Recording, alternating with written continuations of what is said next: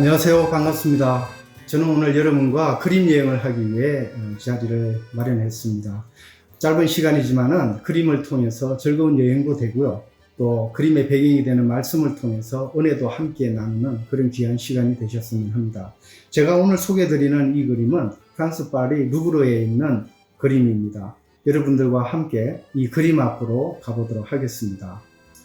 우리가 지금 그림 앞에 섰는데요. 그림을 감상하기 전에 한 가지 말씀드릴 게 있습니다. 제가 살펴보니까 기독교 그림에는 두 종류의 그림이 있습니다. 무슨 얘기인가 하면은 성경 기록대로 그린 그림이 있고요. 그렇지 않은 그림이 있습니다. 십자가 사건 같은 경우는 그 과정이 자세하게 성경에 기록되어 있기 때문에 어떤 화가가 거기에 대해서 그림을 그리든지 비슷합니다. 그런데 이스라엘에서 이집트까지가 613km 되거든요. 그 긴 과정은 성경에 기록하고 있지 않습니다. 그러다 보니까 화가가 그 과정을 그릴 때는 상상에 의지해서 그립니다. 그래서 사막에 있는 그림, 또는 밤중에 피신하는 그림, 또 이렇게 마을에 있는 그림, 오늘과 같이 폐허에 있는 그림, 이런 다양한 그림들이 있게 됩니다. 이렇게 두 종류의 그림이 있다고 하는 것을 염두에 두시고 그림을 보시면 되겠습니다. 오늘 우리가 바라보고 있는 이 그림은 17세기 이탈리아 피사에서 태어난 오라치오 젠틸레스키의 그림입니다. 이 그림을 어떻게 감상하는가 하면 첫 번째 필요한 것이 구도입니다. 여러분들 여기 보시다시피 구도는 아주 간단한 하나의 구도로 되어 있는 것 같아요. 긴 가로와 짧은 세로입니다. 이렇게 되어 있죠. 그 담벼락을 보시면 알 수 있습니다. 이 구도가 그 아래에 있는 사람들에게도 이루어져 있는 것을 알 수가 있습니다. 긴 다리와 또 요셉이 이렇게 누워있고 세로 짧은 축 되는 것은 마리아의 손으로 이렇게 보면 알 수가 있겠습니다. 이것이 구도고요. 그 다음에 여러분들이 감상하실 때 좀 도움이 될 것은 그림을 요소로 나누는 것입니다. 이 5가지가 있는데요. 첫째는 구름 쪽, 둘째는 요셉, 셋째는 마리아와 아기 예수, 그리고 넷째는 밑에 바닥입니다. 의외죠. 그리고 5번째는 보이지 않는 바깥쪽입니다. 이 5번째가 참 묘하기도 한데 이렇게 5가지를 제가 꼽았습니다. 첫 번째 그림은 어디 있는가 하면요, 바깥 풍경입니다. 구름 쪽이죠. 미술사학자들은 어떻게 해석을 하는가 하면 이 풍경만으로도 한 폭의 풍경화가 될 수가 있다 할 정도로 굉장히 아름답습니다. 우리가 다 가리고 이 그림만 봐도 굉장히 아름답죠. 여기에 있는 그림을 보시면은 왼쪽 구름은 조금 하얗습니다. 근데 오른쪽으로 이렇게 이동할수록 조금 검어지죠. 조금만 더 가면은 먹구름이 되어서 비가 올 수가 있겠구나 라고 생각을 할 수가 있습니다. 이 뜻은 뭔가 하면은 지금 피난 중인 성가정이 참 힘든 과정에 있다, 또는 앞으로 여정도 그렇게 쉽지만은 않다, 이렇게 우리가 판단할 수 있고요. 안과 밖을 구분짓고 연결하는 것이 담벼락인데 그 담벼락에 화가의 재치가 굉장히 있습니다. 성경을 제대로 잘 해석을 했고요. 여기 보시면은 녹색 식물로 있습니다. 그냥 잡초 같지만은 자세히 보시면은 잡초 같은 풀도 있고 또 작은 이쁜 하얀 꽃인지 풀인지 이런 것들도 있고요. 특히 왼쪽에 있는 담쟁이 덩굴이 있습니다.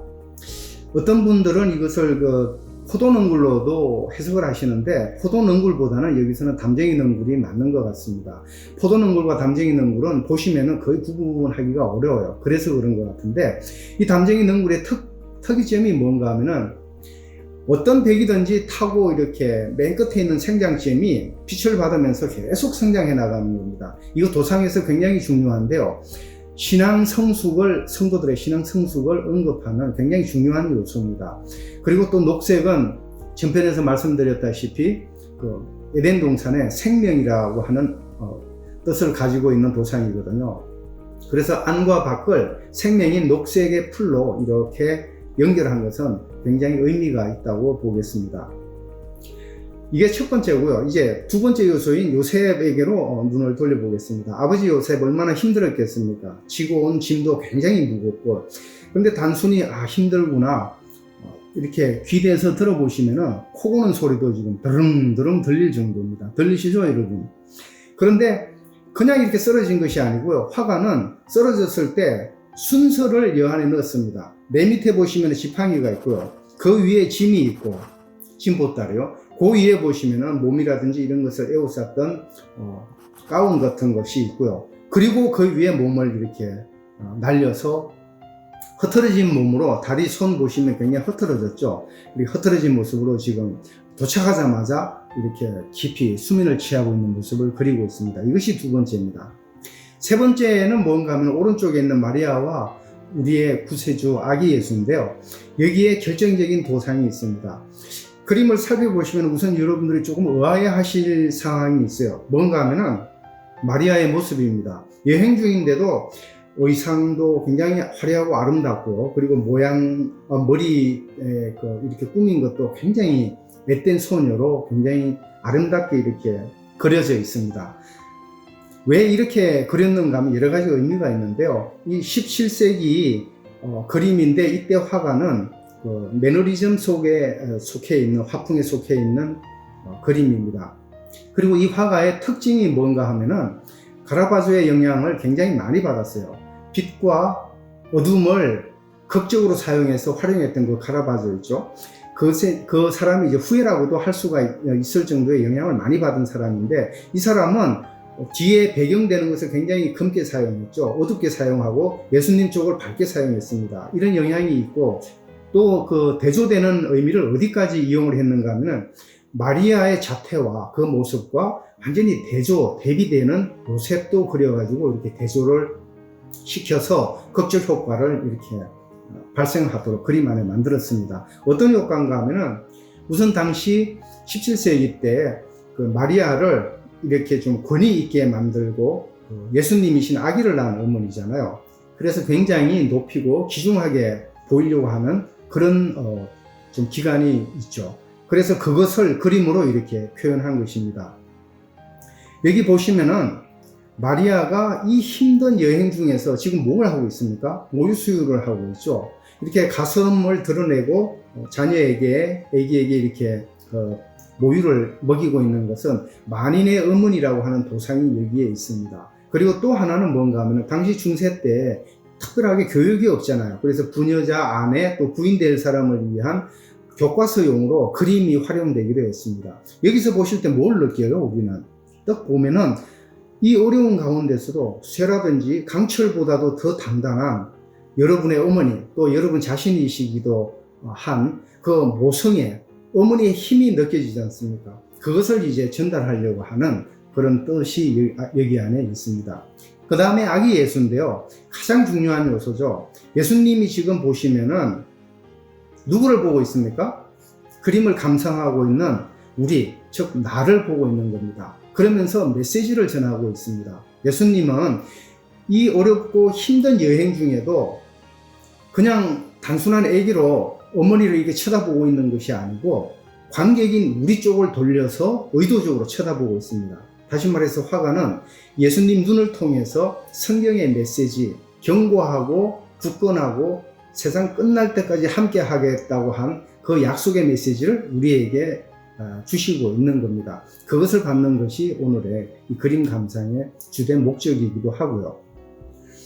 그래서 이제 네 번째 요소인 바닥을 한번 살펴보겠습니다. 제가 바닥을 돌이라고 하는 데는 이유가 있습니다. 사람이 만든 벽돌은 앞에 보시면은 이렇게 담벼락은 자국이 있어요. 그래서 사람이 만든 건데, 여기 반석에는 자리에는 그게 없어요. 그래서 폐가를 지을 때 원주인은 아예 돌을 깎아서 만들었다고 하는 것을 우리가 알 수 있습니다. 그래서 이 돌, 다시 말해서 반석이라고 하는 것은 신약과 구약에서 예수 그리스도의 핵심을 나타내는 그런 기독교 도상이고 의미를 가지고 있죠. 마태복음 16장에 보시면은 내가 반석 위에 교회를 세우겠다고도 하셨고요. 또 창세기 28장에 보시면은요, 야곱이 형을 피해가지고 도망칠 때 거기서 돌베개를 잤잖아요. 돌베개라고 하는 거는 거기가 광야고 잘 데가 없고 딱딱한 그 돌 위에서 잠잘 때 얼마나 힘들었겠습니까? 그런데 가장 힘들었다고 할 수 있는 거기서 꿈에서 사다리를 통해서 하나님을 만나고 하나님으로부터 메시지를 받는 그런 사건이 있었지 않습니까? 더욱이 그 메시지는 어떤 메시지입니까? 신약의 메시지와 동일하죠. 너가 가는 어떤 곳이든지 간에 내가 너하고 함께 하겠다 하는 그 약속을 주시는 거죠. 그게 이제 신약에 예수님께서 우리하고 약속하신 신구약의 한짝이라고 하는 그런 의미도 있고, 오늘 그림을 통해서 구약의 약속도 우리에게 주시고요. 반석, 돌이라고 하는 것을 통해 주시고, 신약인 예수님이 직접 눈으로 보시면서 주시는 약속도 있습니다. 이것이 이제 그림이 말씀으로 된 복음이라고 하는 이유이기도 한 겁니다. 이게 이제 네 번째고, 다섯 번째는 여러분들이 생각하실 때 이게 어떻게 요소로 들어갈 수 있나 하고 좀 의아해 하실 수 있는 사항입니다. 바깥입니다. 그림 안에만 감상하시는 것이 아니고요. 그림 밖의 상황을 그림 안으로 끌어들여서 함께 어우러서 이렇게 그림을 보시고 이해하실 수 있는 그런 것들이 필요해요. 왜 그런가 하면은 그림에서 중요한 요소가 빛이지 않습니까? 색과 빛이죠. 색은 전번에도 1편에서 얘기 드렸다시피 여기도 삼색이 나와 있습니다. 마리아 빨간 옷 입고요. 예수님 흰색 이렇게 포대에 이렇게 계시고, 또 요셉도 청색 계통의 이렇게 옷을 입었습니다. 그래서 그 의미가 가지고 있는 것이 있죠. 이게 이제 기독교의 굉장히 중요한 세계 도상인데, 빛이라는 것도 중요하죠. 지금 빛이 어디서 와 있는가 하면은 분명히 위에서 내려와 있습니다. 이게 폐가거든요. 어떻게 알 수 있는가 하면은 예수님 팔꿈치에 보시면은 이렇게 그림자가 지어 있어요. 그 얘기는 천장이 뻥 뚫려 있다는 거죠. 그리고 앞에도 확 터졌거나 많은 부분 허물어 가지고 관객인 우리 또는 이 폐가를 지나가는 누구나 인사이드를 볼 수 있는 광경이라고 하는 것을 알 수가 있습니다. 어떻게요? 예수님이 우리를 쳐다보고 계시잖아요. 벽이 있으면 막히겠죠. 근데 그것이 없는 겁니다. 화가는 그래서 폐가를 선정했고, 예수님의 통해서 빛의 광원이 어디서 왔다는 것도 알려주고 직접 메시지도 전해주는 그런 장치를 그림 안에 놓은 것입니다. 이렇게 해서 오늘 짧지만은 그림에 대해서 나눠서 한번 살펴봤고요. 지금 제가 말씀드린 것을 한데 모으면은 아마 이 그림이 여러분들에게 제대로 전달될 수가 있다고 생각을 합니다. 지금까지 피난 중인 성가정의 휴식을 통해서 성경의 메시지를 이렇게 저희들이 살펴보고 또 예수님이 전하는 메시지도 받아봤습니다. 힘을 얻으시고요. 저는 다른 그림으로 준비해서 다음 이 시간에 또 여러분들과 함께 하기 위해서 돌아오겠습니다. 그때까지 건강하시고 예수님께서 함께 하시는 즐거운 힘 있는 생활 되시길 바랍니다. 다음 주에 뵙겠습니다. 감사합니다.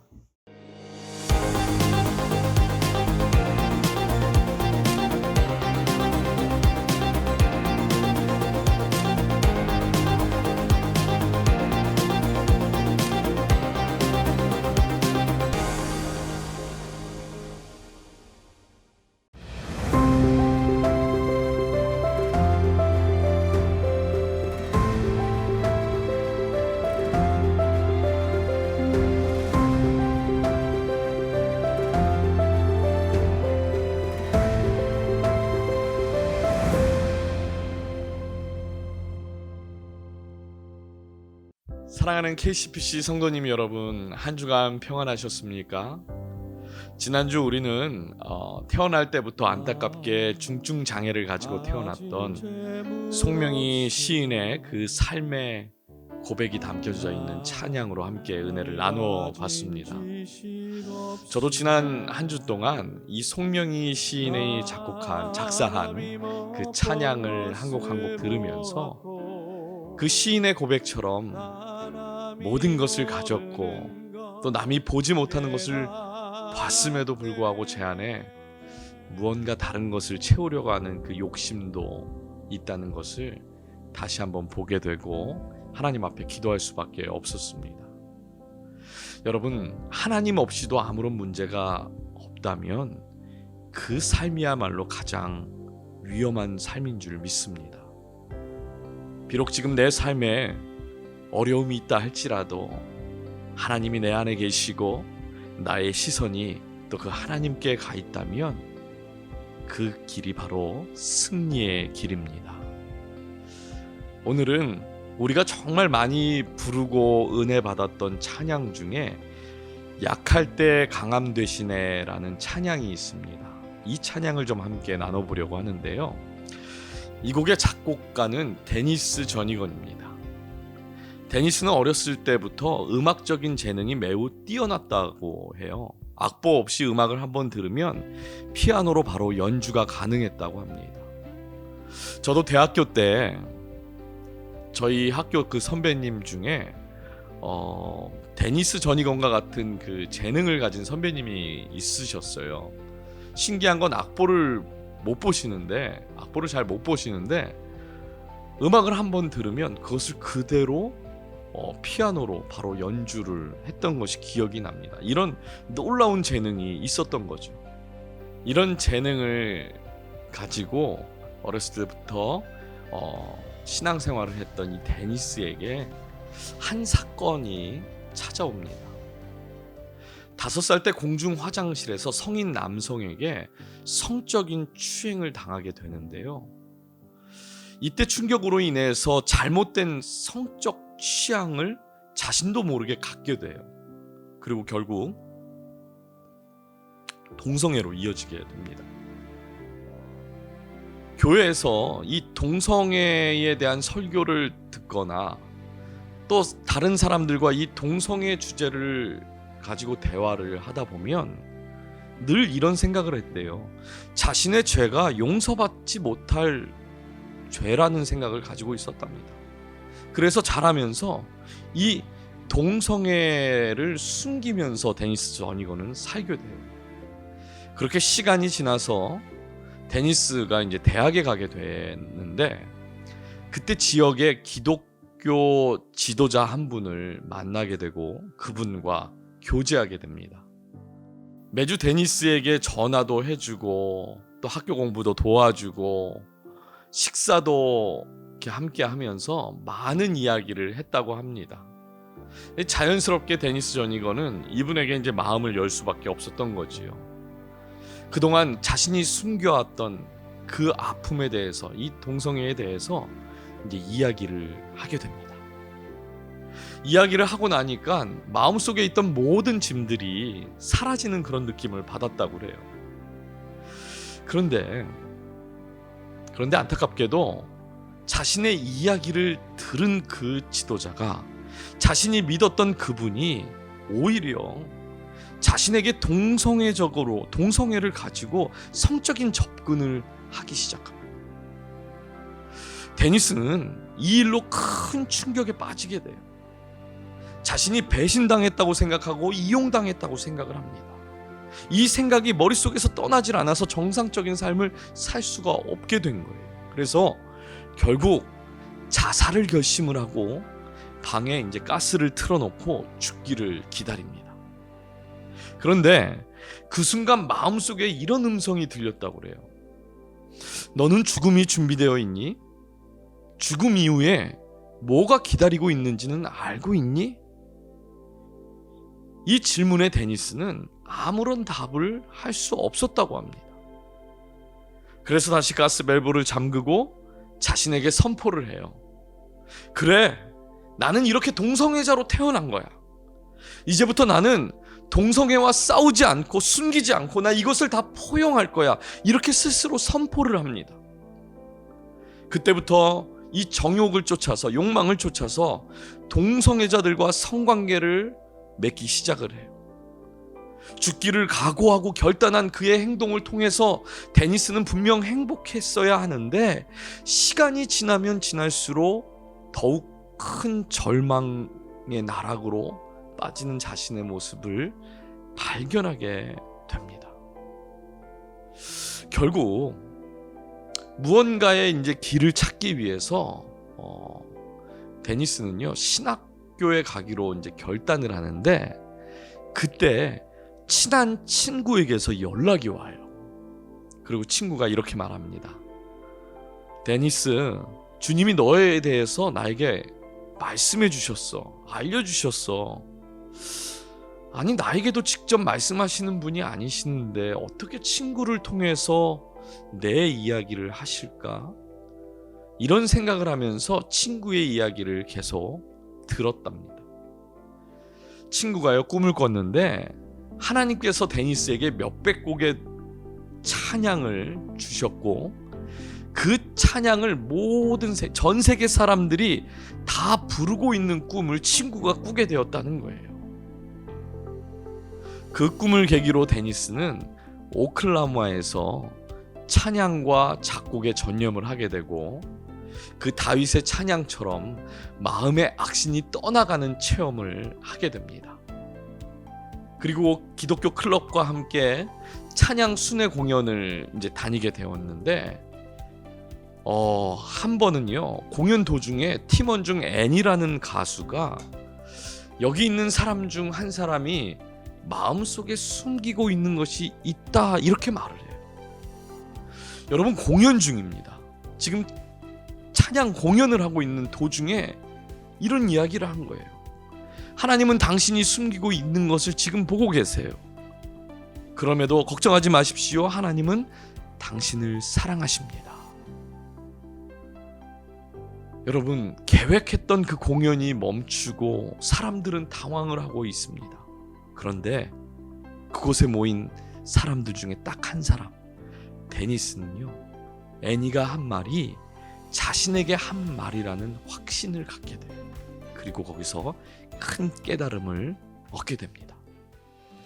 지금까지 자신은 이 동성애라는 이 죄가 예수님이 십자가에 짊어지고 가시기에는 너무나 악한 죄라고 생각을 했는데, 하나님은 그런 악한 자기를 있는 그대로 사랑하실 뿐만 아니라 하나님의 사랑은 결코 나를 그런 죄악 가운데에 내버려 두지 않는다는 것을 깨닫게 된 거예요. 여러분, 공연 도중에 모두가 당황해하고 있을 때 데니스는 그곳에서 회심을 하게 되고 마치 죽음에서 부활한 것처럼 옛사람을 버리고 새 사람으로 거듭나게 됩니다. 놀랍게도 동성애에서 해방된 데니스는 얼마 후 멜린다라는 사랑스러운 여인을 만나서 결혼을 하게 되고요. 둘 사이에 무려 9명의 자녀를 두고 행복한 가정을 꾸미고 있습니다. 여러분, 지금 보시는 사진이 데니스 전이건의 가족들이에요. 데니스는 간증을 하러 다니면서 이 사진을 보여주며 또 이렇게 이야기를 한다고 해요. 여러분, 사탄이 나에게 빼앗으려고 했던 것이 무엇이었는지를 좀 보십시오. 나는 과거의 실패로 나를 정의하지 않습니다. 유혹이 나를 정의하지 못합니다. 동성애자들도 나를 정의하지 못합니다. 오직 나의 창조주 하나님이 나를 정의합니다. 하나님의 말씀만이 정의되는 나입니다. 데니스는 자신이 예수 안에서 새롭게 태어났지만 여전히 인간의 불완전성 가운데 묶여 있다고 고백을 합니다. 하지만 언제든지 예수님 앞에 나오기만 하면 자유를 얻게 된다, 이렇게 간증하며 은혜를 나누고 있어요. 즉, 우리의 신앙은 계속되는 그 쟁투의 과정이며, 그러나 주님을 의지할 때 동성애뿐만 아니라 그 어떤 죄도 이길 수 있음을 증거하는 거죠. 답은 어디에 있습니까? 예수님 안에 있다는 거예요. 사랑하는 여러분, 데니스 전이건은 이런 자신의 변화와 회복을요, 책 한 권과 다큐멘터리 영화로 만들었는데요. Stand in Love라는 책으로 또 Sing Over Me라는 다큐멘터리 영화로 답이 없어서 자신처럼 어둠 속에 숨어 있는 그런 사람들에게 예수님이 답이라는 것을 자신의 삶으로 증거하는 인생을 살아가고 있습니다.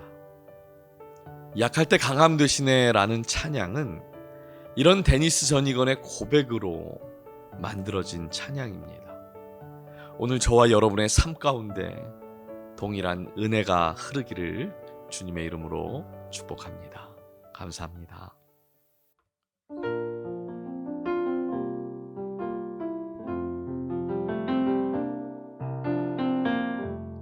약할 때 강함 되시네, 나의 보배가 되신 주 나의 모든 것. 주 안에 있는 보물을 피할 수 없네 주 나의 모든 것 십자가 죄 사하셨네 주님의 이름 찬양해 주 나의 모든 것 쓰러진 나를 세우고 나의 빈잔을 채우네 주 나의 모든 것 예수 어린